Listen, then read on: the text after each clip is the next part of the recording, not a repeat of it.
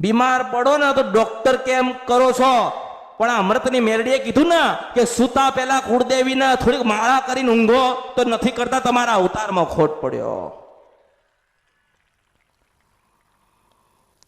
હા, ડોક્ટરે કીધું એ કરવું પડે, નહીં તો સારું થાય.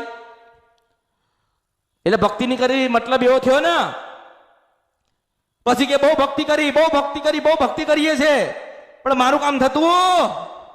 કોની ભક્તિ કરો છો?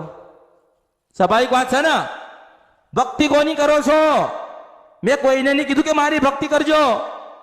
હું તમારી ગુરુ છું, તમે મારા શિષ્ય છો. મારી સલાહ શું આવે કે ખોડિયાની ભક્તિ બતાવવાની, તાળકાની ભક્તિ બતાવવાની, મેલડીના જે દીવા પેઢીમાં થતા હોય એને કેવી રીતે કરવા, કેવી રીતે માતાજી